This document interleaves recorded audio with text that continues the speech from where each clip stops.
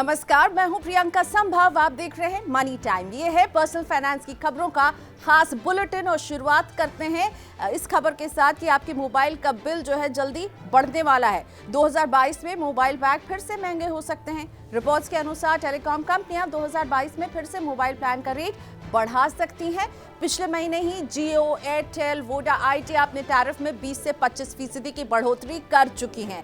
हालांकि 2020 में महामारी के चलते कीमतें नहीं बढ़ी थी। टेलीकॉम कंपनियों पर प्रति यूजर औसत आय यानी जिसे आरपू कहा जाता है, इसे बढ़ाने का दबाव है। भारती एयरटेल के चेयरमैन सुनील भारती मित्तल ने संकेत दिया है कि कीमत बढ़ाने का ये सही समय है। मनपसंद मोबाइल फोन और अन्य गैजेट्स खरीदने में आपको होगी परेशानी।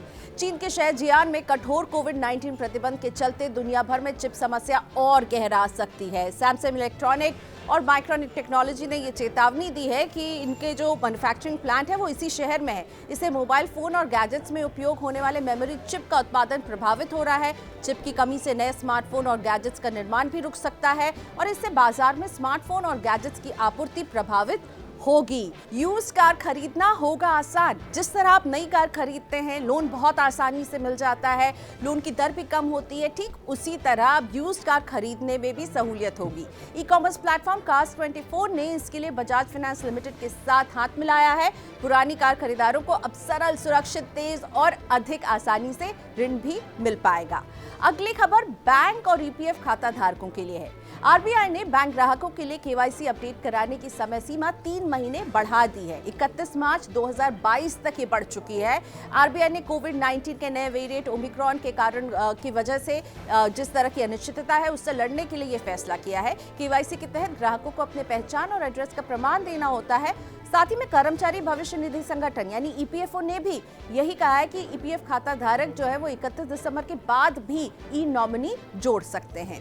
अब जो खबर है वो प्रवासी भारतीयों के लिए बड़ी काम की है।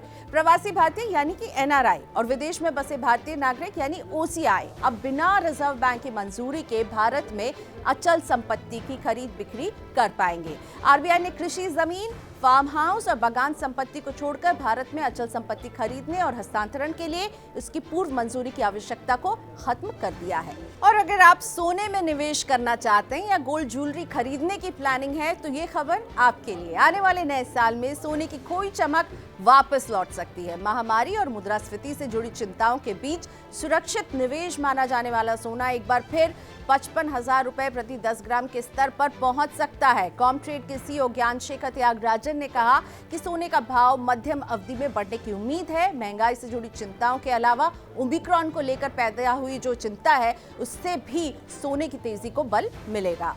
सरकार ने कारोबारियों को राहत दी है। सरकार ने वित्त वर्ष 2020-21 के लिए जीएसटी का वार्षिक रिटर्न भरने की समय सीमा 2 महीने बढ़ा दी है। अब कारोबारी 28 फरवरी तक रिटर्न दाखिल कर सकते हैं। जीएसटी के तहत पंजीकृत करदाताओं को हर साल जीएसटीआर 9 और जीएसटीआर 9C दाखिल करना होता है।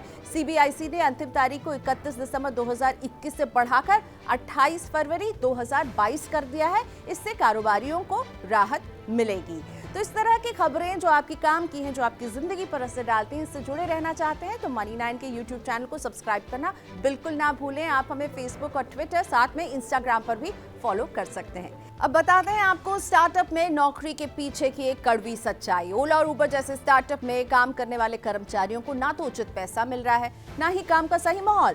फेयर इंडिया रेटिंग ने सैलरी और काम के माहौल जैसे 5 पहलुओं पर स्टार्टअप की रेटिंग लिस्ट तैयार की है, जिसमें ओला और उबर को 10 में से 0 अंक मिले हैं। इस लिस्ट में सबसे ज्यादा 7 अंक फ्लिपकार्ट को मिले हैं और अर्बन को 5 पॉइंट मिले हैं, जबकि जोमैटो और स्विगी को 4-4 अंक ही मिले हैं। अगर आयकर विभाग के साथ आपका कोई मामला चल रहा है तो ये खबर आपके काम की है। आयकर विभाग ने फेसलेस असेसमेंट की प्रक्रिया में बदलाव किया है। इससे करदाता के लिए अपील और व्यक्तिगत सुनवाई और भी आसान होगी। टैक्स वसूली या नोटिस के खिलाफ अपील करने पर मामले की सुनवाई वीडियो कॉन्फ्रेंसिंग के जरिए होगी। अभी तक फेसलेस स्कीम में टैक्स पेयर को सारी जानकारी ईमेल से ऑनलाइन ही देनी होती थी। अगर कोई व्यक्ति अधिकारी से मिलना चाहता था तो उसके लिए चीफ कमिश्नर या फिर फेसलेस अपील सेंटर के डायरेक्टर जनरल से अनुमति लेनी पड़ती थी, लेकिन अब इसकी इजाजत की जरूरत नहीं होगी। अगर आपने भी सहारा की योजनाओं में पैसा लगाया है तो इस खबर पर जरूर ध्यान दें। सेबी के पास सहारा समूह का दिया हुआ निवेशकों का करीब 24,000 करोड़ रुपया 9 साल से ऐसे ही पड़ा है। इसको अभी तक निवेशकों को नहीं लौटाया जा सका है। सेबी की साल 2020-21 की सालाना रिपोर्ट अभी बताती है कि बॉन्ड धारकों को अभी तक सेबी ने केवल 129 करोड़ रुपए ही वापस किए हैं। इसका मतलब ये है कि ये पैसा किसका है अभी तक पता ही नहीं चल पाया है। सरकार ई कॉमर्स कंपनियों के लिए नई पॉलिसी जल्द जारी करने वाली है। जल्द ही देश में कई नई ई कॉमर्स पॉलिसी और संशोधित ई कॉमर्स नियम जारी होंगे। इसमें सभी ऑनलाइन ट्रांजैक्शन के लिए विस्तृत गाइडलाइन शामिल होगी। सरकार का मकसद ऑनलाइन व्यापार और डिजिटल ई कॉमर्स पॉलिसी में कमियों का समाधान करना है। इससे ग्राहकों की सुरक्षा सुनिश्चित होगी और पारंपरिक रिटेलर्स की शिकायत का समाधान भी मिलेगा। अब खबर खाद्य तेल कीमतों को लेकर सरकार द्वारा उठाए गए कदम से जुड़ी हुई है। देश की प्रमुख खाद्य तेल कंपनियों ने हाल ही में एडिबल ऑयल की कीमत 10 से 15% कम की है। इसके बाद केंद्र सरकार ने सभी राज्यों से इस कटौती का फायदा आम जनता तक पहुंचाने को कहा है। खाद्य सचिव ने कहा कि तेल की कीमतों में 30 से 40 रुपए की कटौती हुई है। ऐसे में सभी राज्य सरकारें इस कमी का फायदा ग्राहकों तक पहुंचाने को सुनिश्चित करें। अक्सर ये होता है कि कटौती का फायदा ग्राहकों की जगह बिचौलिए उठा ले जाते हैं, इसलिए सरकार ने खुद आकर ये कदम उठाया है। कानपुर के कारोबारी के यहां मिले 197 करोड़ रुपए को लेकर चल रही अफवाहों से जुड़ी है अगली खबर। Director general of goods and service tax intelligence ने कारोबारी पीयूष जैन के यहां 197 करोड़ रुपए से जुड़ी अफवाहों पर विराम लगा दिया है। डीजीजीआई ने कहा है कि सारा पैसा एसबीआई की सेफ कस्टडी में जमा कर दिया गया है। कारोबारी ने अभी तक कोई टैक्स जमा नहीं किया है। एजेंसी अभी टैक्स की देनदारी की गणना कर रही है और अन्य एजेंसियों की जांच भी चल रही है। अगर आपने भी बिटकॉइन में पैसा लगाया तो ये खबर आपको परेशान कर सकती है। क्रिप्टो करेंसी बिटकॉइन के निवेशकों के लिए बुरी खबर है। बीते 3 दिन में बिटकॉइन का भाव $6,000 से ज्यादा घट चुका है। अब इसका भाव $46,000 से भी नीचे आ गया है। बिटकॉइन में सिर्फ बीते 3 दिन में ये गिरावट नहीं आई है, बल्कि नवंबर से अब तक भाव 33% से ज्यादा घट चुका है। नवंबर में बिटकॉइन की कीमतों ने $68,790 की रिकॉर्ड ऊंचाई को भी छुआ था। आखिरी खबर ओमिक्रॉन को लेकर। कोरोना वायरस की तीसरी लहर ने दस्तक दे दी है। रोज आने वाले नए कोरोना मामले एक बार फिर 10,000 के ऊपर पहुंच चुके हैं। नए वेरिएंट ओमिक्रॉन के मामले भी बढ़ रहे हैं। स्वास्थ्य मंत्रालय ने बताया कि कोरोना वायरस के संक्रमण की दर फिर से 1% के करीब आ गई है। हाल के दिनों में कोरोना के ज्यादा मामले महाराष्ट्र, पश्चिम बंगाल, दिल्ली, कर्नाटक और गुजरात में देखने को मिले हैं। फिलहाल देश में कोरोना के कुल एक्टिव मामले 82,402 हैं। अब लेकर आते हैं स्टार्टअप दुनिया की हलचल। नियो बैंकिंग स्टार्टअप जुपिटर ने सी सीरीज फंडिंग राउंड में 641 करोड़ रुपए जुटाए हैं। टाइगर ग्लोबल और सिक्योर कैपिटल के नेतृत्व में कई निवेशकों ने इसमें भाग लिया। फंडिंग के इस राउंड के बाद कंपनी का मूल्यांकन 5,302 करोड़ रुपए का हो गया है। नियो बैंक डिजिटल बैंक होते हैं और इनकी शाखाएं नहीं होती हैं।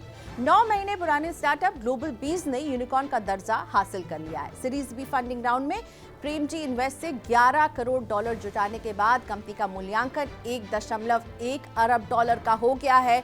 अप्रैल 2021 में स्थापित ग्लोबल बीज भारत और भारत के बाहर डायरेक्ट टू कंज्यूमर ब्रांड के साथ पार्टनरशिप और निवेश करती है। और चलते चलते आईपीओ का अपडेट दे देते हैं। 2022 भी आईपीओ के लिहाज से धमाल मचाने वाला रहेगा। एलआईसी के अलावा नए जमाने की कई डिजिटल कंपनियां भी आईपीओ मार्केट में उतरने के लिए तैयार हैं। Delhivery, Droom, MobiKwik, OYO, PharmEasy जैसी कंपनियों ने सेबी के पास आईपीओ लाने के लिए ड्राफ्ट पेपर जमा कराए हैं। 2022 में आईपीओ के जरिए पूंजी जुटाने में नया रिकॉर्ड बन सकता है। सीएमएस इंफो सिस्टम के शेयरों की लिस्टिंग शुक्रवार को होगी। ये साल 2021 की आखिरी लिस्टिंग होगी। 1100 करोड़ रुपए का ये आईपीओ लगभग 2 गुना सब्सक्राइब हुआ है। रिटेल हिस्सा 2.15 गुना और क्यूआईबी का हिस्सा 1.98 गुना भरा था। इसका इश्यू प्राइस 216 रुपए प्रति शेयर था। तो मनी टाइम में इतना ही, लेकिन ऐसी खबरें जिसके असर को आपको समझना चाहिए क्योंकि ये आपकी जिंदगी पर असर डालती हैं, ये देखना चाहते हैं तो बने रहिए मनी 9 के साथ। और मनी 9 के यूट्यूब चैनल को प्लीज जरूर सब्सक्राइब कर लें और हमें फॉलो कीजिए फेसबुक, ट्विटर और इंस्टाग्राम पर। अभी के लिए नमस्कार।